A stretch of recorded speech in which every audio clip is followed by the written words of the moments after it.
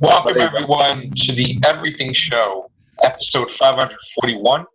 I'm your host, Matrixlord212. I'm with Chris L. What's up, Chris? Hello, everybody. What's up? Okay, so we just finished the Everything Show, but then we got some news. So what happened, Chris?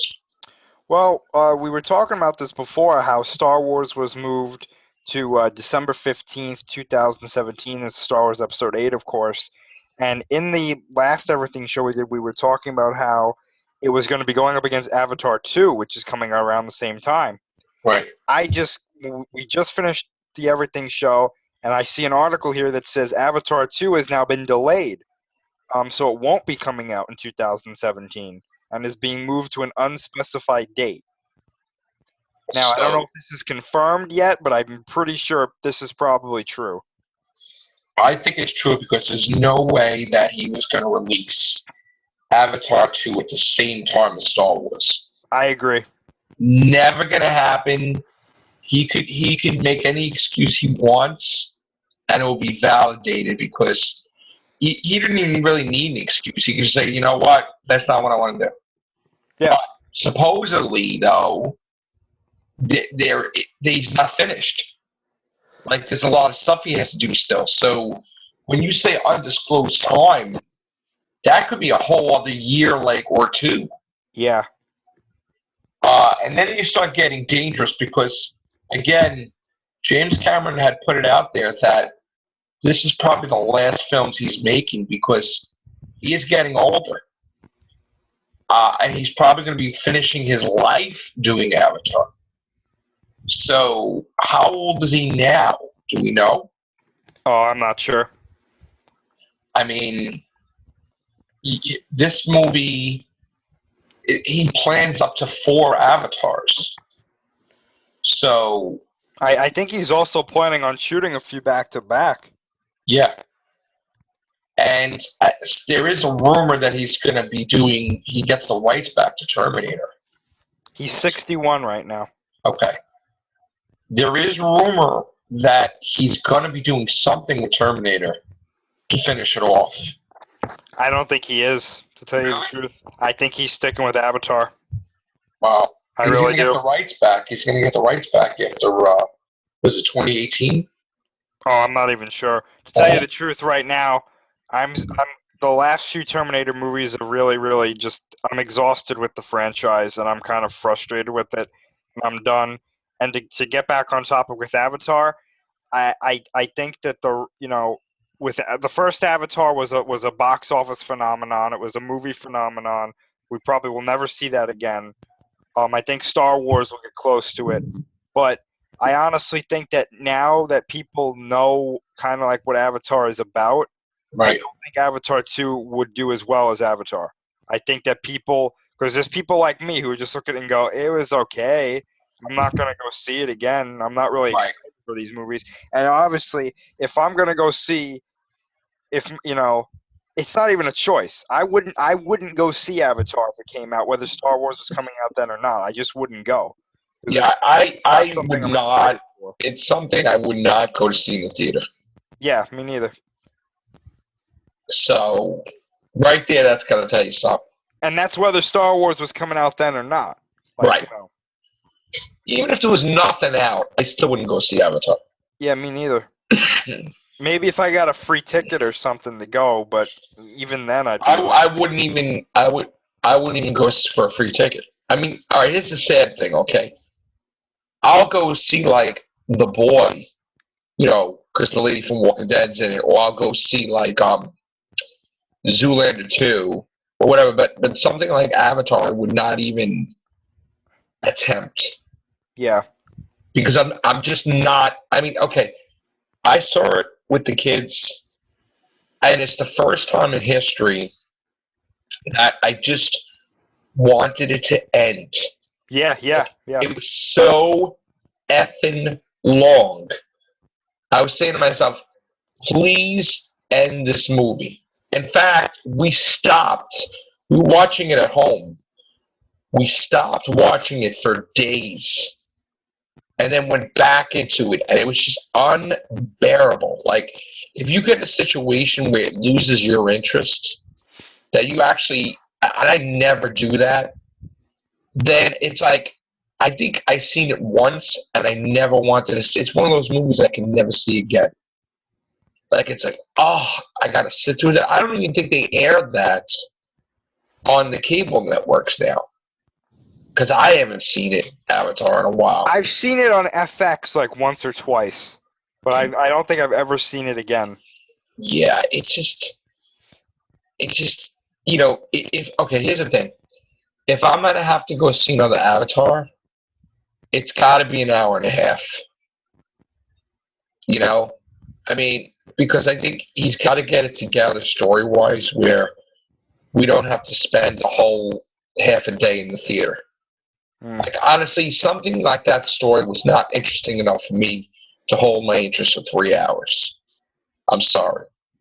So I can't. It is a fluke to me. It's a fluke to me because I honestly feel that Avatar comes out too, it's going to bomb. I'm telling you. And then the moment it bombs, he already made the other two because he's going to do back to back. He's going to have to pop it out anyway. So it probably could be the biggest loss in history. I really don't think. I mean, I don't care about that world.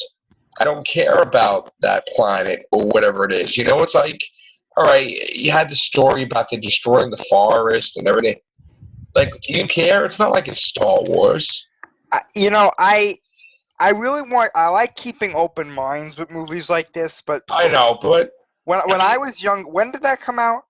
Avatar was like what, 2009? I guess. Yeah. Well, whenever it came out, I was a lot younger, and I remember just watching it and being like, this is just an environmental message with special effects. Right. Like that's all this is. Like I don't care about these characters. Like they're not. Right. They weren't even like characters to me. They were just kind of like walking exposition.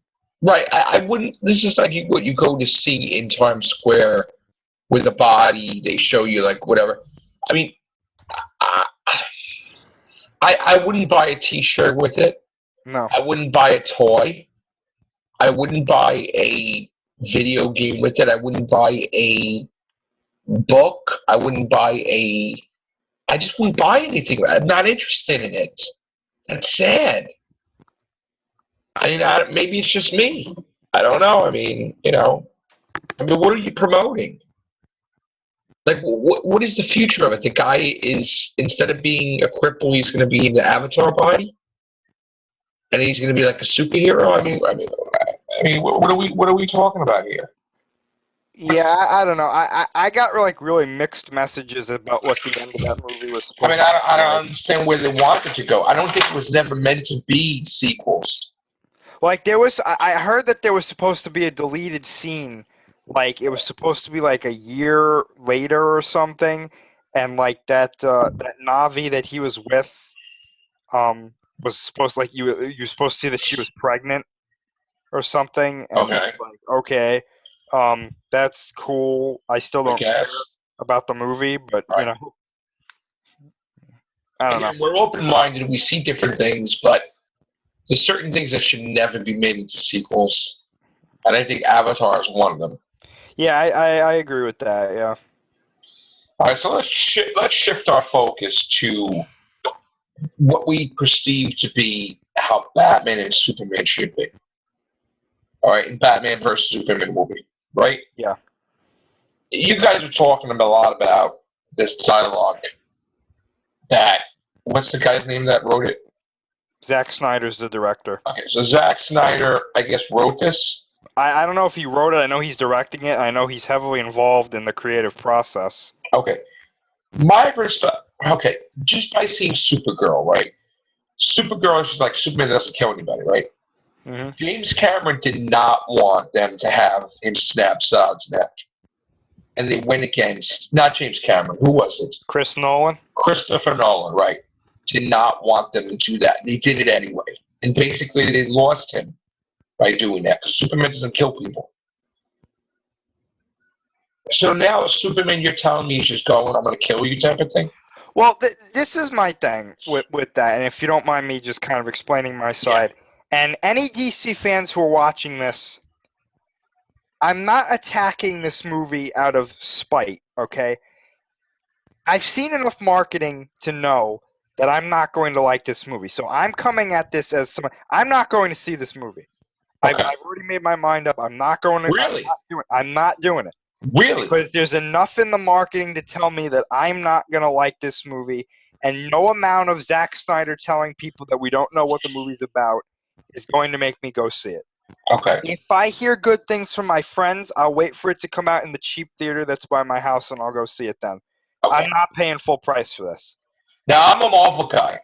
Yeah. So, again, yes, I grew up on the shows and the different things. I did read some comics, but I'm not a. I wasn't interested in it in the comics wise, because I'm a Marvel guy. So, for me, I'll go see it in the theater. But even though I'm not an expert like you or anybody else, I still know that, like, Batman, first of all, doesn't go after anybody unless he's absolutely sure. Right. So already I have a problem with why Batman would go after Superman, because he never goes after somebody if he's unsure. Like, he knows the Joker did it, the Riddler did it, this one did it. He doesn't make mistakes that way. But for him to go after a hero, the only time I can see him going after Superman is if Superman turned bad with kryptonite and he had to take him out. Well, this is the thing that I wanted to say too. Like, when I was younger, I watched that animated Spider-Man cartoon, and I liked it. But to be honest, my two favorite cartoons were always the Superman animated series, the Batman animated series, and then when I got older, I went into the other stories. I looked at these characters, I researched these characters, their histories and whatnot. I haven't read every story, but I've read enough to kind of get the idea of what these characters are like. And in my opinion, they've got Batman pretty much down in these movies. Mm-hmm. It's just, I feel like Superman is just so off. Like, he's not Superman. He's a different character. The line that you were talking about before, he doesn't come out and he doesn't say to Batman that he's going to kill him. But in my opinion, seeing the clip and pretty much knowing that it's probably not a dream sequence, the fact that Superman goes to Batman and says, the next time you see your light in the sky, meaning the bat signal, of course, don't answer it. The bat is dead. Bury him. Consider this mercy. What else are we supposed to interpret that as? See, the way I interpret it as is that you had your time as the bat. Right. You're making a mistake. I'm not a villain. I'm going to give the opportunity to show you that I just defeated you.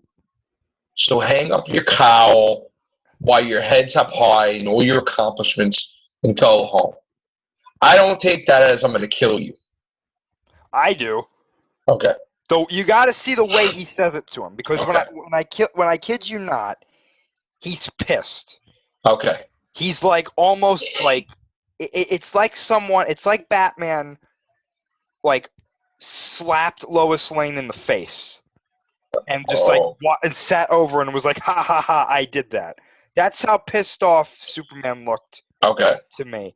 And then just the whole scene to me.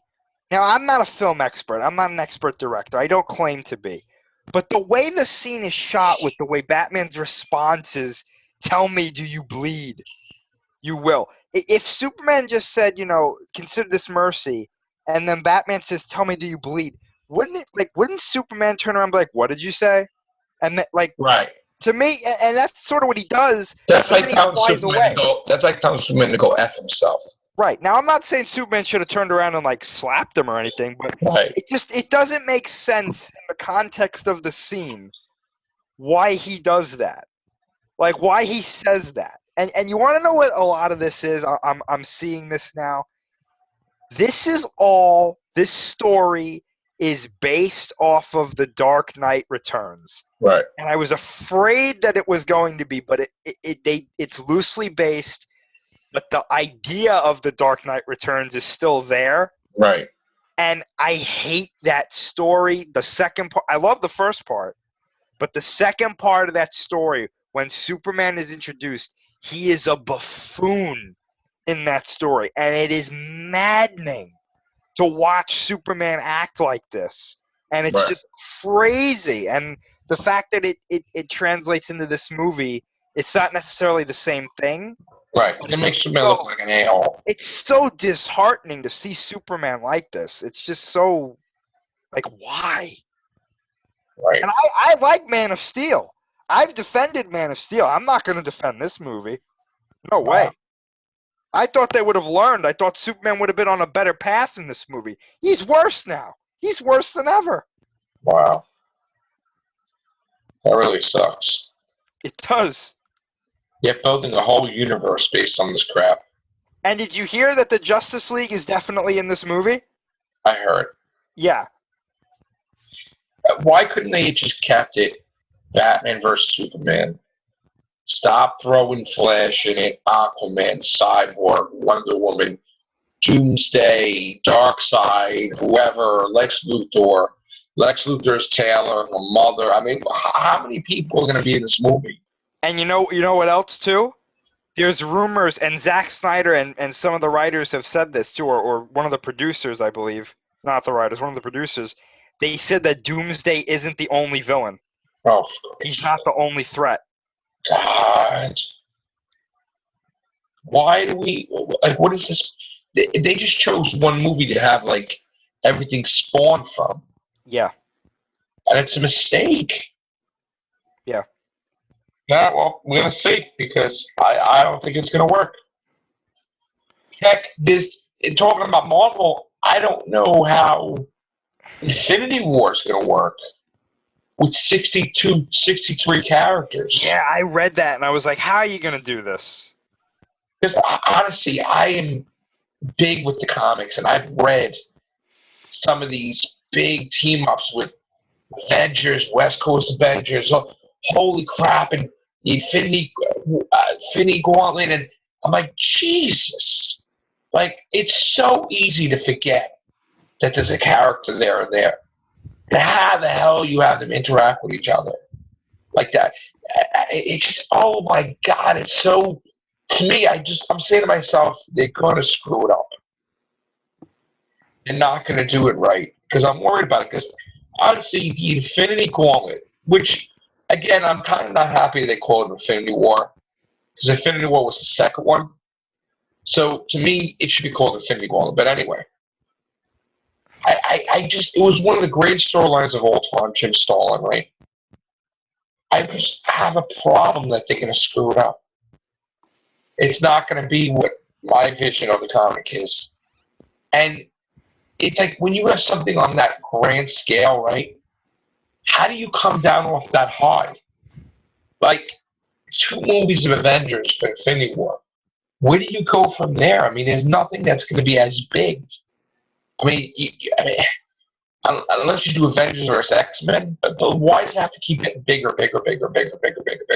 Secret Wars or something. I mean, like, we need to have, like, a just down-to-earth Avengers movie. Like, you got to make the biggest friggin' movie there is.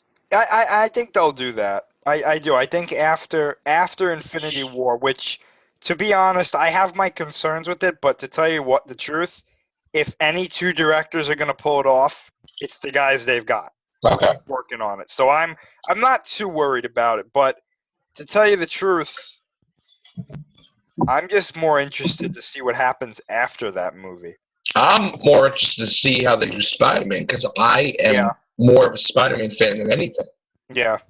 So I agree. It's going to be interesting to see what happens with that. I gotta admit though, and I don't know how people are going to feel about this, but this is just my opinion.